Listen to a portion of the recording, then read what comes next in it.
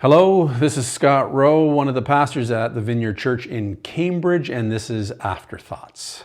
And what is Afterthoughts? Well, what we want to be doing is, after a teaching on a Sunday, we want to just take 5 minutes on a video and share with you some afterthoughts from that teaching. It might be posing a question to you, or giving a challenge out, or having you rethink something in that teaching, maybe telling a story, or maybe just the teacher sharing why they wanted to make that point in the teaching.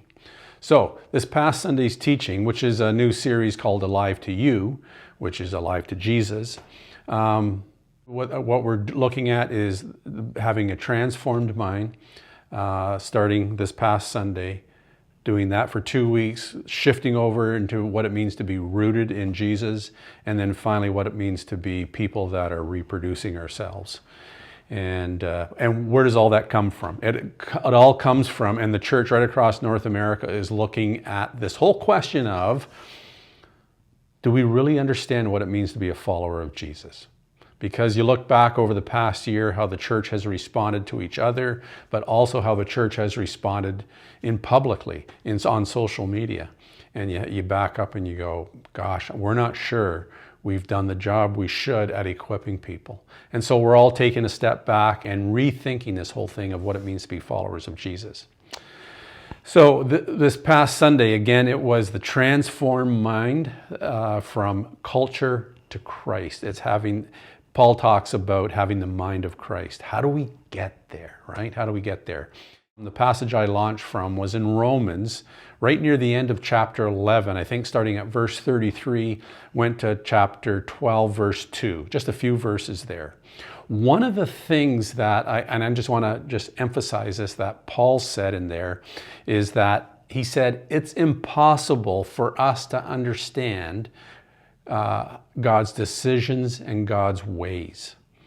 Paul, who hung out with the actual disciples who lived with Jesus and learned from Jesus for over a 3-year period, Paul is saying that it's impossible for us, and he includes himself in that we can't understand God's decisions and ways. And yet when you hear the church talk, we talk as if we're certain about all these things. And that's where we get tripped up in, is the whole thing of certainty.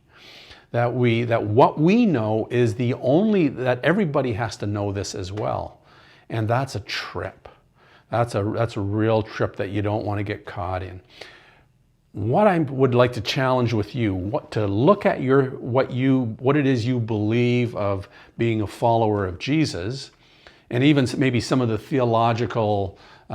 minor theological perspectives that you hold. And here's the question. Do you hold that as an absolute, that this has to be it? Or can you hold it with open hands, being able to listen to others who maybe see it from a different perspective, and just appreciate where they come from, and to be able to ask them the question of, how is it you came to see it that way? Because I see it differently. And guess what? Just as it's right for you to have your perspective, so it's right for the other person to have their perspective.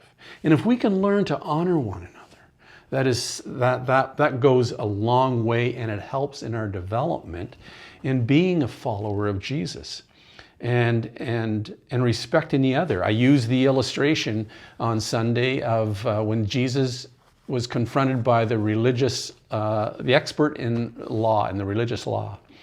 And the expert asked Jesus, what do I have to do to interpret eternal life? And Jesus says, well, you know the law of Moses, you teach it. How do you read it? He puts a question back. But what Jesus does is ask that question, how do you read it? How do you understand it? Jesus given that respect to that teacher. And that's what we're called to do. And all I would say for us is, one of the first things we have to do is to realize we don't understand all of God's ways. We just don't, and we never will in this life.